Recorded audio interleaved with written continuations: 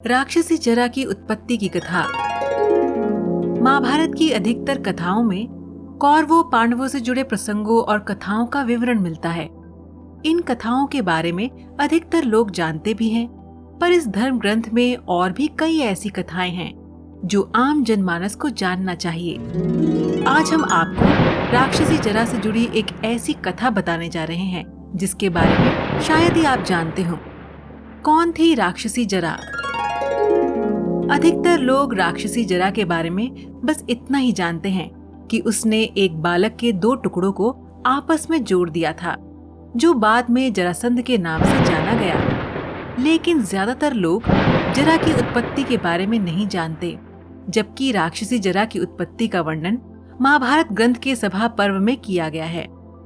महाभारत के सभा पर्व के अनुसार उस समय बृहद्रथ काशी नरेश हुआ करते थे। उनकी दो रानियां थी, लेकिन कोई संतान नहीं थी। इसी चिंता में काशी नरेश हमेशा डूबे रहते थे। एक दिन उन्हें पता चला कि उनके राज्य में ऋषि चंड कौशिक आए हुए हैं। राजा को एक उम्मीद की किरण दिखाई दी और वो ऋषि से मिलने चले गए। ऋषि के पास पहुंचकर उन्होंने बताया कि उनकी कोई संतान नहीं है। ऋषि को राजा की बात सुनकर दया आ गई। ऋषि ने राजा को एक आम का फल दिया और कहा कि इसे अपनी रानी को खिला देना।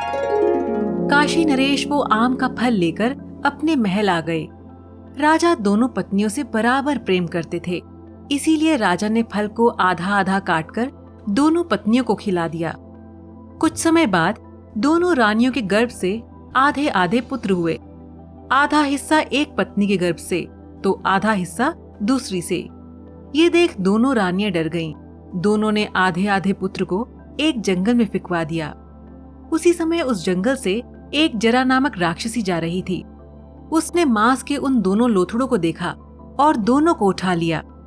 जैसे ही वे दोनों लोथड़ों को पास में लाई, वे दोनों मांस के टुकड़े आपस में जुड़ गए। जुड़ते ही वह बालक गर्जना करने लगा।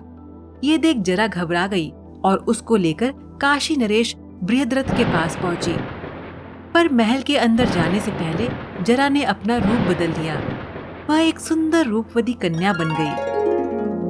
महल के अंदर आकर वह उस बालक को काशी नरेश को सौंपते हुए बोली, हे राजन, ये तुम्हारा ही पुत्र है। ब्रह्म ऋषि के वरदान से तुम्हारी दोनों पत्नियों की गर्भ से इसका जन्म हुआ है। तुम्हारे दासियों ने इस बालक को जंगल में फेंक दिया था। मैंने इसकी रक्षा की है। बालक को देखकर काशी नरेश के हर्ष की सीमा न रही। उसने कन्या रूपी राक्षसी से पूछा, हे कल्याणी, तुम कौन हो? मुझे बताओ।